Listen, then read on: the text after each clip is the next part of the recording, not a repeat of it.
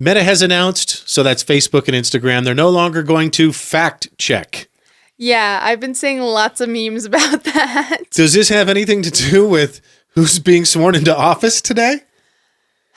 So fact checking came along, I'm pretty sure, when Trump, who is known to make outrageous and unfounded claims, made some outrageous and unfounded claims, and people wanted to say, hey, hang on a minute, let's fact check. Yeah. Well, and it was definitely during the Rona times, too. Yeah. Yeah. And I wasn't a fan, and here's why. We've already given up so much post 9/11, so many freedoms in exchange for the feeling of security. Don't you people know, and I'm back on my book banning bullshit again, don't you people know what happens when we start to censor things? Sure. First they censor them, then they censor you. Yeah. That's how it works. So I'm kind of glad to see this backed off, even though I know people that hate Trump are bitching and moaning.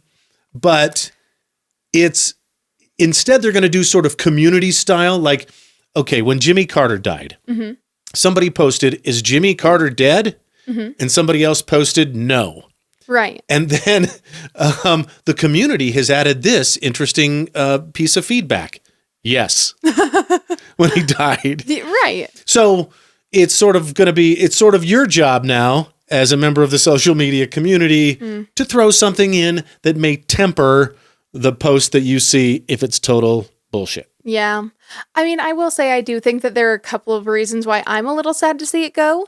The number one being that whether or not you agree with what's being said, even just having that little blurb underneath saying like, hey, here's a little factoid, like here's a little fact checker thing, that at least sort of will indicate to some folks that, hey, maybe there's a little more here than I originally thought. Right. There's more to the story. Something is sus. Right, right. But are they doing it with the I grew up in Idaho quilt lady? I know, right. And the I grew up in all of the other 50 states that you may know about if you've listened to our past couple of shows? Well, and that's the thing. I do definitely think that they needed to be a little bit more, fair across the board. Yeah. And there are topics that are more important than whether or not this quilt was actually made by her autistic son or whatever. Well, but are you trying to protect us from lies or aren't you? Well, to me, the principle is the same. Sure. I guess it's the matter of a white lie versus a not so white lie. I mean, if I find out that it wasn't your autistic son and your sob story, and that's the reason I bought the quilt, and then I find out you're lying and doing it on 50 other state pages. Sure.